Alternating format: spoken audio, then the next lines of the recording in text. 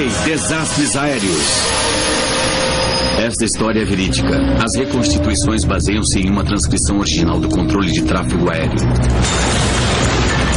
Julho de 2002. Sobre a Alemanha, no meio da noite. Onde está? Um avião russo leva crianças em férias para a Espanha, mas os pilotos não acreditam no que vem vindo em sua direção. Ali à esquerda. Elevar a altitude. Mandou subir, sobe! Sobe!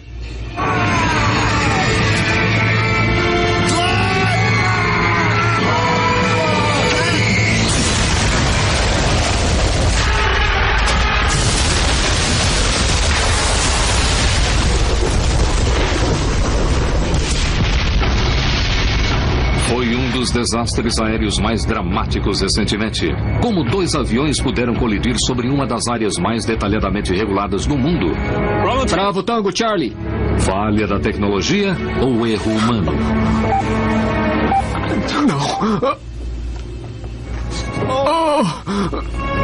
Fora de controle.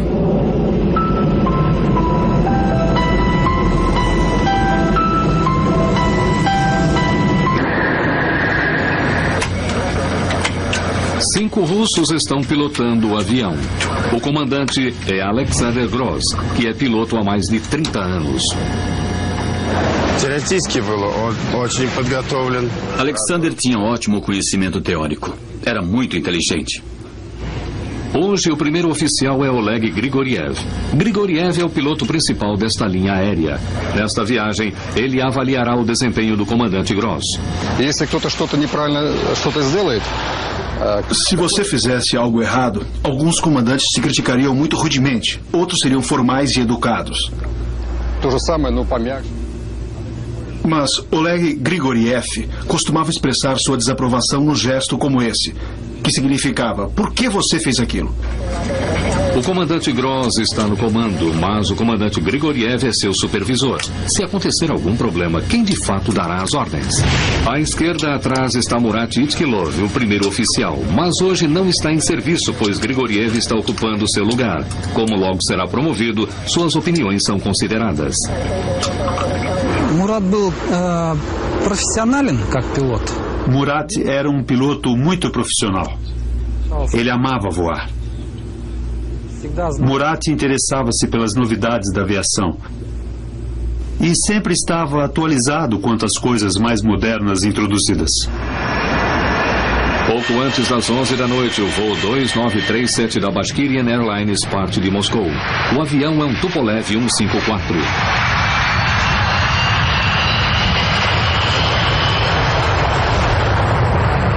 Como a maioria das aeronaves modernas, está equipado com um sistema para evitar colisões, chamado TCAS, ou Sistema de Anticolisão de Tráfego Aéreo. Descer. O TCAS funciona porque todas as aeronaves comerciais carregam um transponder, que envia um fluxo constante de sinais de rádio que identificam a aeronave e indicam sua localização. O TCAS recebe os sinais e calcula se algum dos aviões está em rota de colisão. Se estiver, ele dirá ao piloto que ação tomar para evitar a colisão. Descer. Caso o controle de tráfego aéreo falhe, o TCAS será a sua última linha de defesa. Livre de conflito. Centenas de quilômetros dali, em Bérgamo, na Itália, um Boeing 757 está decolando. Está a serviço da DHL, uma empresa de frete internacional, a caminho de sua base europeia em Bruxelas, na Bélgica. O Tupolev russo atravessará seu caminho sobre o sul da Alemanha. O Boeing tem apenas 2 pessoas a bordo, o comandante Paul Phillips, da Grã-Bretanha, e o primeiro oficial Brent Campione, canadense, e que deverá voar o próximo trecho da viagem. O avião da DHL decola às 11 horas e 6 minutos para sua última viagem.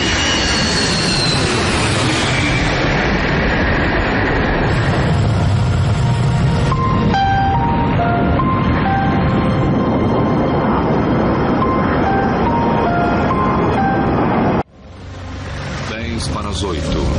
Centro de Controle Aéreo Skyguide em Zurique, na Suíça. O turno mais agitado do dia havia terminado e funcionários do turno da noite apresentam-se para o trabalho. Peter Nielsen é um controlador experiente, desempenha essa função há 8 anos. O centro regula o tráfego aéreo no sul da Alemanha e no norte da Suíça. Hoje à noite, há apenas 2 controladores em serviço. Mas o tráfego em seu setor está fraco e o colega de Nielsen resolve fazer um intervalo prolongado, uma prática comum na Skyguide. Peter Nielsen agora está responsável por todo o tráfego aéreo de 2 telas de radar, a 1 metro de distância uma da outra. Às 11h10, 2 técnicos informam Peter que a direção da Skyguide autorizou a manutenção do radar principal. Durante a manutenção, as telas trabalharão mais lentamente e não emitirão avisos visuais de 2 minutos se aviões estiverem se aproximando. TIE Inter 933. Rota atrasadinha em Algói. Bavarian 350, descer para nível de voo 270. Os engenheiros agora informam Peter Nielsen que também terão que desativar o sistema de telefonia. Passam a utilizar telefones de emergência.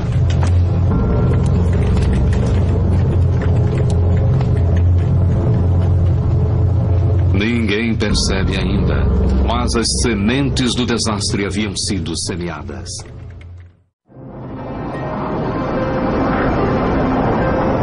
O avião russo, repleto de estudantes adolescentes, está sobre o centro da Alemanha, voando em direção à Suíça.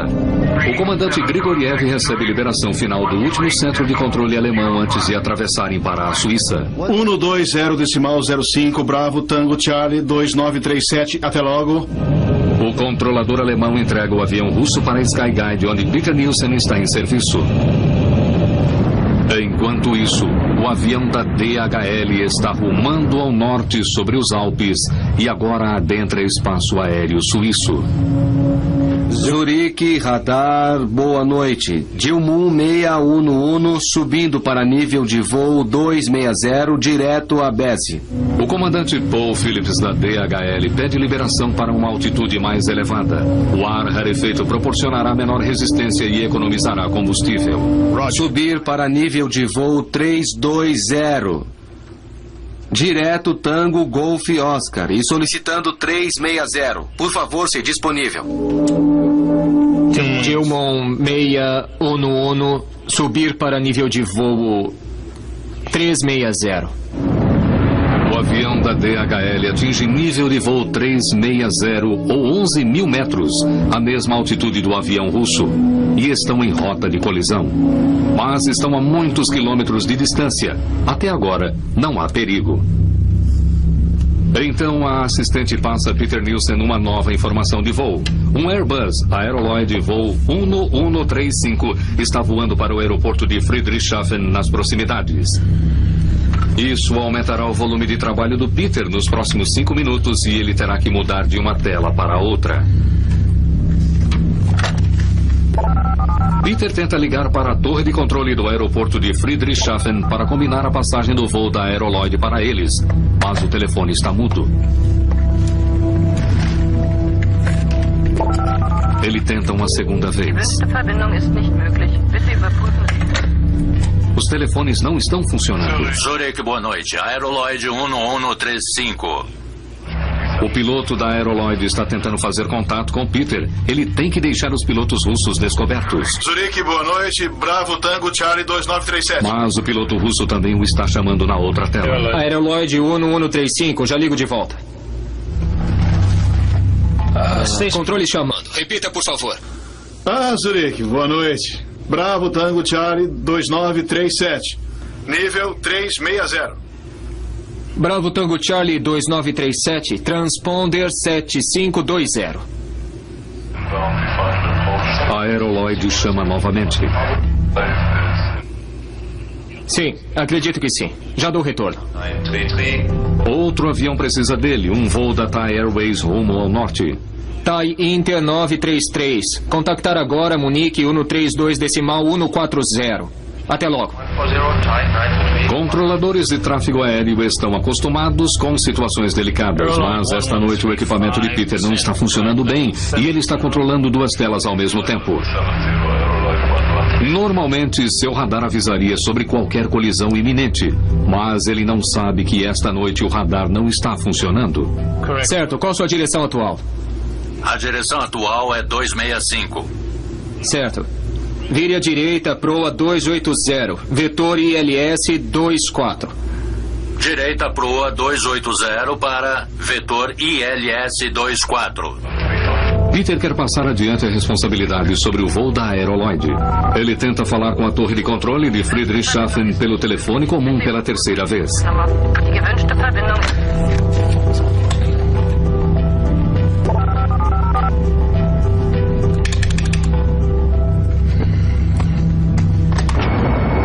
Enquanto isso, a aeronave russa e o avião da DHL ainda estão voando em direção um ao outro a mais de 1.300 km por hora. Nenhuma das tripulações está ciente de que estão a apenas 2 minutos e meio de distância. O avião da DHL agora aproxima-se da fronteira entre Suíça e Alemanha. O Tupolev russo está indo exatamente para o mesmo lugar e exatamente na mesma altitude. Finalmente, alguém em outro centro de controle de tráfego aéreo na Alemanha percebe o perigo. Conflito. Ele tenta avisar Nielsen pelo telefone, mas não consegue.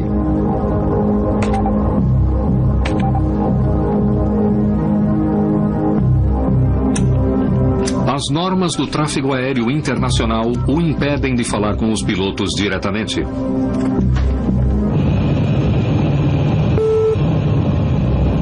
Olhem, vejam isso. Agora, pela primeira vez, os pilotos russos avistam o avião da DHL na tela de seu computador anticolisão TCAS. Mas Peter Nielsen ainda está concentrado em aterrissar o voo da Aeroloid em segurança. Aeroloid 1135? Aeroloid 1135, prossiga, senhor. Sim, perdi minha conexão com Friedrichshafen. Poderiam chamá-los em seu segundo sistema 124.35 e dizer que estão vindo em ILS 24 a 32 km? Ok, vamos ligar. Obrigado. Certo, assumindo. No voo de carga da DHL, a tripulação está relaxada. Não sabem que estão em rota de colisão. Seu TCAS ainda não soou um aviso. Quer alguma coisa? Não. O primeiro oficial vai ao toalete. No avião russo, os pilotos estão ficando preocupados. O outro avião aproxima-se cada vez mais. Mas não sabem exatamente se estão na mesma altitude ou não. Estão abaixo de nós. Mas quanto? 500. Não, estão a 100 metros. Tráfego. Por quê? Tráfego. O computador anticolisão TCAS avisa os pilotos russos que outro avião está se aproximando demais.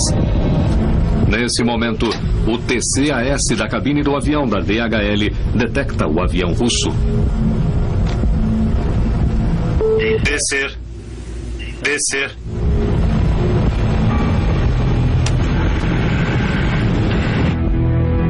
Peter Nielsen finalmente percebe o que está acontecendo. Bravo Tango Charlie 2937. Descer nível de voo para 350. Rápido, tem o tráfego cruzado. Descer. O comandante Gross desliga o automático e começa a descer. Subir. O TCAS alerta para que subam. O controlador manda que desçam. Está mandando subir. O controle manda descer. Descer. Bravo Tango Charlie 2937. Descer para nível 350. Acelerar a descida. Acelerar a descida para nível 350. Bravo Tango Charlie 2937. Peter Nielsen acredita ter evitado a colisão pedindo para o avião russo descer. Mas ele não sabe que os pilotos da DHL receberam instruções do TCAS para descer também. Desça mais. Dilma 600, TCAS, descer. Eles estão tentando avisar Nielsen que tem instrução do TCAS para descer, mas Peter não pode ouvi-los. Se ambos os aviões tivessem obedecido ao TCAS, não haveria problema. Mas os russos, em vez de subir, seguiram as instruções do controlador. Agora, ambos estão mergulhando um em direção ao outro. Ele está abaixo de nós. Mas onde?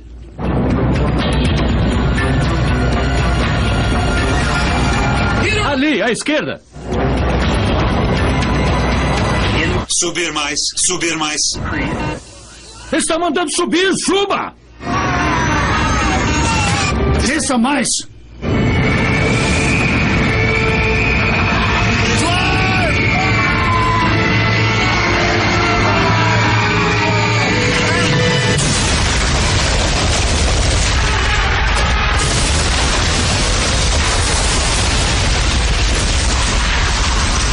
O estabilizador vertical do avião da DHL pega a barriga do Tupolev, rasgando-o ao meio. Os pilotos logo perdem a consciência.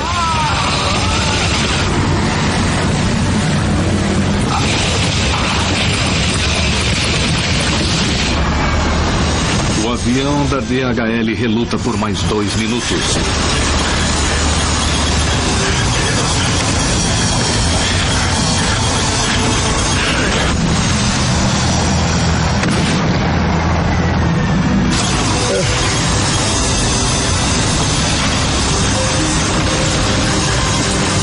Cairá a 7 quilômetros daqui.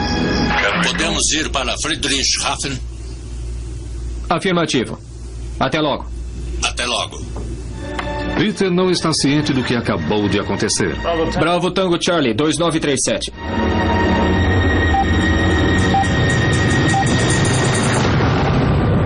Bravo Tango Charlie, 2937.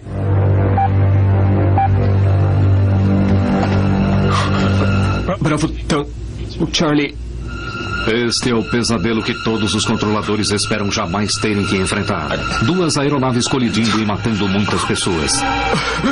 Oh, não. Peter Nielsen deixa a sala de controle pela última vez, mas sua história está longe do fim.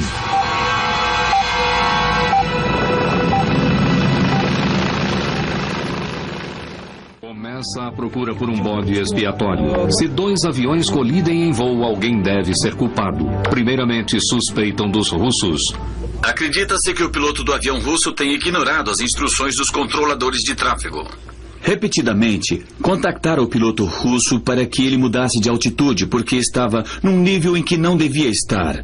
Mas o piloto russo nunca respondeu aos avisos do controle de tráfego aéreo. Os pilotos russos, principalmente na época da União Soviética, agora também, mas nem tanto, são muito bem treinados. Não tenho preocupações quanto ao treinamento dos pilotos. Foram treinados para quase toda a possibilidade de operação que pudesse acontecer. Porque o TCAS, que deveria evitar colisões, talvez tenha causado uma neste caso. E por que o avião russo não desceu após o primeiro comando? Problema de língua? Os comandos dos controladores são em inglês. Eu conhecia todos daquela tripulação. E todos sabiam inglês bem o bastante para falarem com o controlador. Então, de quem é a culpa? Agora a mídia volta-se para o controlador Peter Nielsen. Foi o homem que guiou os 2 aviões um ao encontro do outro. Estavam sob seu controle. Deve ter causado sua colisão. Eu fiquei tão chocado quanto ficaria ao ouvir qualquer outro nome de qualquer outro colega. Eu senti muita pena dele. A cobertura da mídia sobre o incidente normalmente nos deixa bravos, porque tiram as afirmações de um contexto. O que mais sabemos sobre o controlador suíço no centro da investigação? Ele foi perseguido pela mídia. Ele foi acusado de ser um assassino. Obviamente é o homem que todos querem entrevistar. No momento, o suíço afirma que não tem condições. E soubemos hoje que as autoridades suíças abriram investigação para ver se há evidências para uma acusação de homicídio culposo.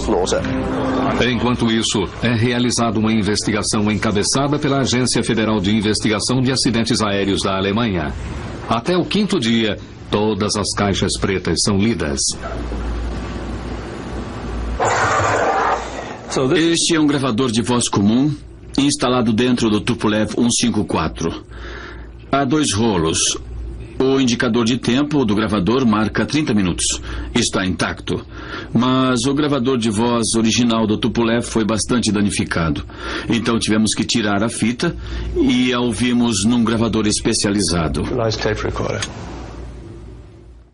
Descer. Conflito. Enquanto isso, conforme os investigadores trabalham, descobrem uma névoa de confusão envolvendo o TCAS. Quando foi introduzido 20 anos antes, houve uma omissão fatal. Descer para nível de voo 350. Rápido. Tenho tráfego cruzado. Ninguém estipulou o que deveria acontecer se houvesse conflito entre o TCAS e o controlador. Está mandando subir. Não há uma regra definida para guiar os pilotos. O controle manda descer.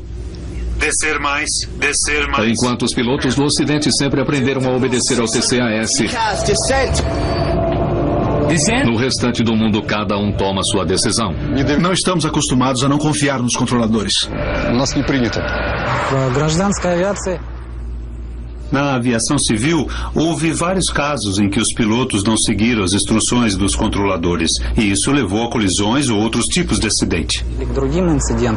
A mentalidade dos russos ainda segue as linhas da velha União Soviética e são muito mais inclinados a seguir instruções do que fazerem o que acham ser apropriado. Sempre acreditam que outra pessoa sabe mais. A possibilidade de um acidente terrível já estava lá. E 1 ano e meio antes da tragédia de Überlingen, quase aconteceu. Sobre o Japão, 2 jumbos com 677 pessoas a bordo chegaram tão próximos que preencheram todo o campo de visão um do outro. A manobra de evasão violenta causou ferimentos em 100 pessoas, alguns deles sérios.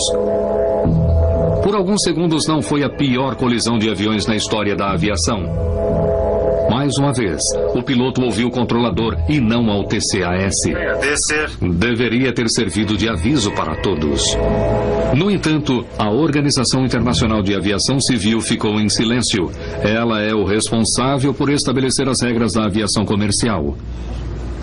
Os investigadores alemães afirmam que sua imprecisão sobre como utilizar o TCAS foi uma das causas do desastre de Überlingen. Se a organização tivesse realizado uma investigação detalhada do incidente no Japão e tivesse recomendado alterações nos procedimentos, provavelmente isso não teria acontecido. A organização não achou necessário se envolver nisso e deixou tudo a cargo das autoridades japonesas. Se houvesse uma colisão, talvez se envolvessem.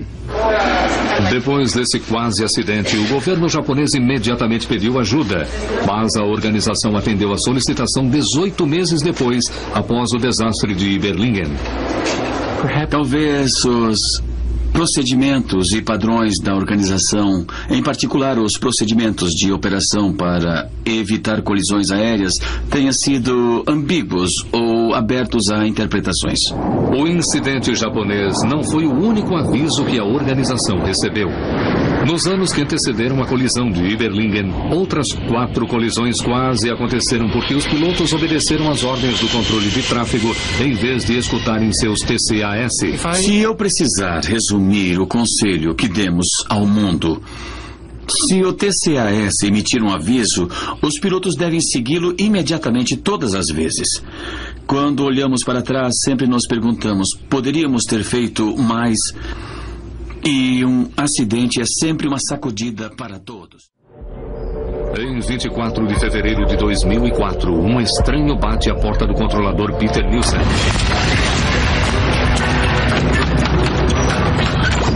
Quem é? O que é isso? Pare!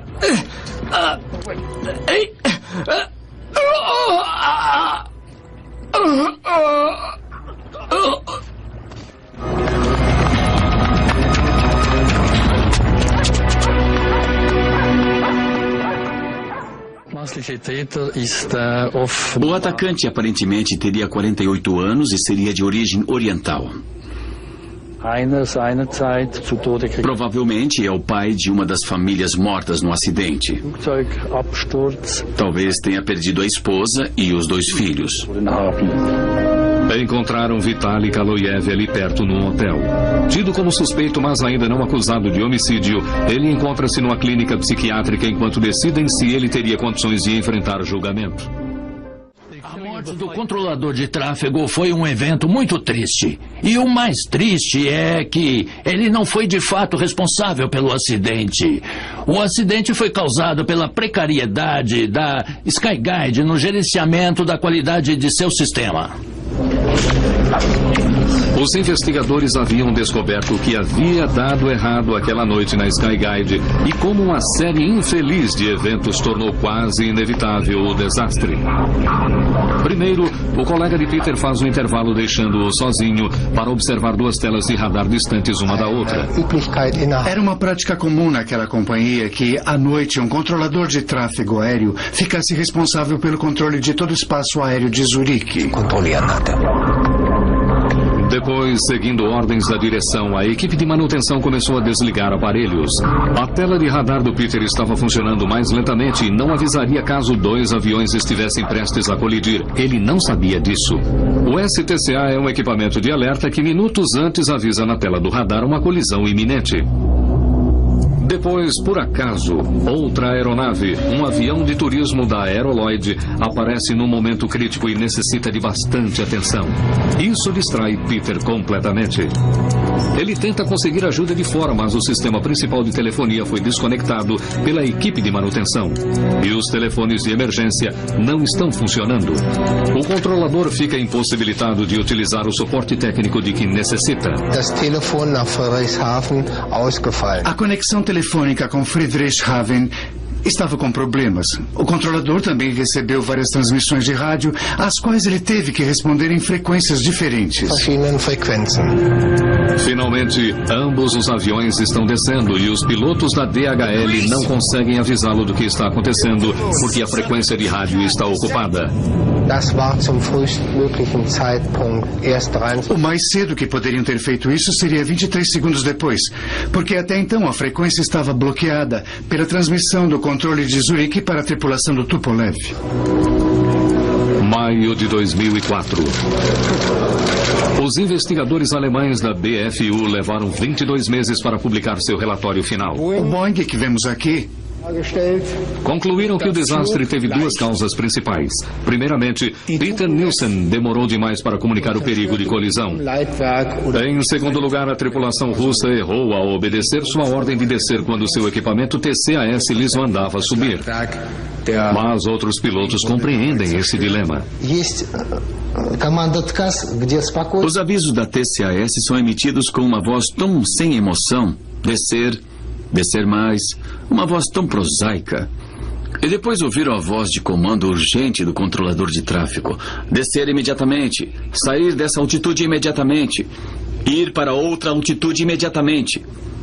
Então a tripulação obedeceu ao comando que pareceu mais urgente. O relatório criticou a Skyguide severamente por deixar um controlador a serviço sozinho naquela noite.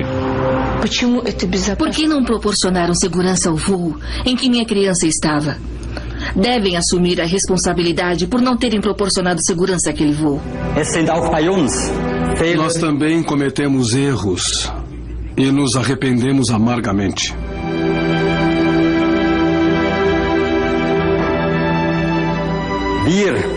Reconhecemos nossa responsabilidade conforme apontada pelos relatórios e pedimos o perdão das famílias das vítimas.